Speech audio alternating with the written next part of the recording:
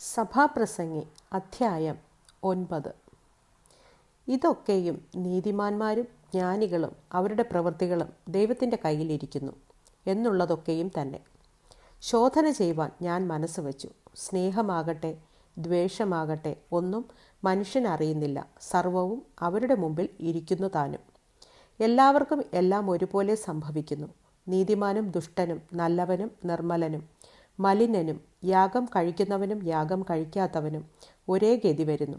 പാപിയും നല്ലവനും, ആണ പേടിക്കുന്നവനും ആണയിടുന്നവനും ഒരുപോലെ ആകുന്നു. എല്ലാവർക്കും ഒരേ ഗതി വരുന്നു എന്നുള്ളത് സൂര്യൻ്റെ കീഴിൽ നടക്കുന്ന എല്ലാറ്റിലും ഒരു തിന്മയത്രേ. മനുഷ്യരുടെ ഹൃദയത്തിലും ദോഷം നിറഞ്ഞിരിക്കുന്നു. ജീവപര്യന്തം അവരുടെ ഹൃദയത്തിൽ ഭ്രാന്തുണ്ട്. അതിൻ്റെ ശേഷമോ അവർ മരിച്ചവരുടെ അടുക്കലേക്ക് പോകുന്നു. ജീവിച്ചിരിക്കുന്നവരുടെ കൂട്ടത്തിൽ ഉള്ളവനൊക്കെയും പ്രത്യാശയുണ്ട്. ചത്ത സിംഹത്തേക്കാൾ ജീവനുള്ള നായി നല്ലതല്ലോ.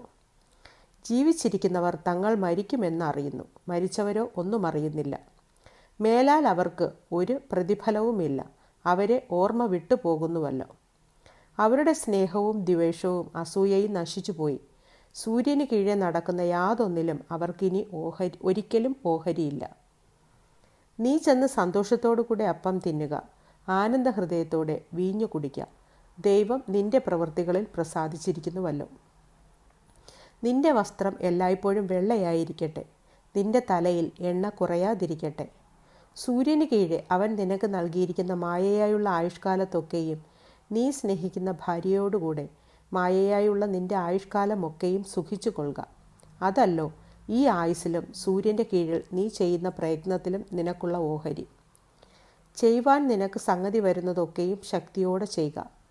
നീ ചെല്ലുന്ന പാതാളത്തിൽ പ്രവൃത്തിയോ സൂത്രമോ അറിവോ ജ്ഞാനമോ ഒന്നുമില്ല. പിന്നെയും ഞാൻ സൂര്യന് കീഴെ കണ്ടത്, വേഗതയുള്ളവർ ഓട്ടത്തിലും വീരന്മാർ യുദ്ധത്തിലും നേടുന്നില്ല. ജ്ഞാനികൾക്ക് ആഹാരവും വിവേകികൾക്ക് സമ്പത്തും സാമർഥ്യമുള്ളവർക്ക് പ്രീതിയും ലഭിക്കുന്നില്ല. അവർക്കൊക്കെയും കാലവും ഗതിയും അത്രേ ലഭിക്കുന്നത്. മനുഷ്യൻ തൻ്റെ കാലം അറിയുന്നില്ലല്ലോ. വല്ലാത്ത വലയിൽ പിടിപെടുന്ന മത്സ്യങ്ങളെപ്പോലെയും കെണിയിലകപ്പെടുന്ന പക്ഷികളെപ്പോലെയും മനുഷ്യർ പെട്ടെന്ന് വന്നുകൂടുന്ന ദുഷ്കാലത്ത് കെണിയിൽ കുടുങ്ങിപ്പോകുന്നു. ഞാൻ സൂര്യന് കീഴെ ഇങ്ങനെയും ജ്ഞാനം കണ്ടു. അതെനിക്ക് വലുതായി തോന്നി. ചെറിയൊരു പട്ടണമുണ്ടായിരുന്നു. അതിൽ മനുഷ്യർ ചുരുക്കമായിരുന്നു. വലിയൊരു രാജാവ് അതിൻ്റെ നേരെ വന്ന് അതിനെ നിരോധിച്ചു. അതിനെതിരെ വലിയ കൊത്തളങ്ങൾ പണിതു. എന്നാൽ അവിടെ സാധുവായൊരു ജ്ഞാനി പാർത്തിരുന്നു. അവൻ തൻ്റെ ജ്ഞാനത്താൽ പട്ടണത്തെ രക്ഷിച്ചു. എങ്കിലും ആ സാധു മനുഷ്യനെ ആരും ഓർത്തില്ല. ജ്ഞാനം ബലത്തേക്കാൾ നല്ലത് തന്നെ. എങ്കിലും സാധുവിൻ്റെ ജ്ഞാനം തുച്ഛീകരിക്കപ്പെടുന്നു. അവൻ്റെ വാക്ക് ആരും കൂട്ടാക്കുന്നതുമില്ല എന്ന് ഞാൻ പറഞ്ഞു.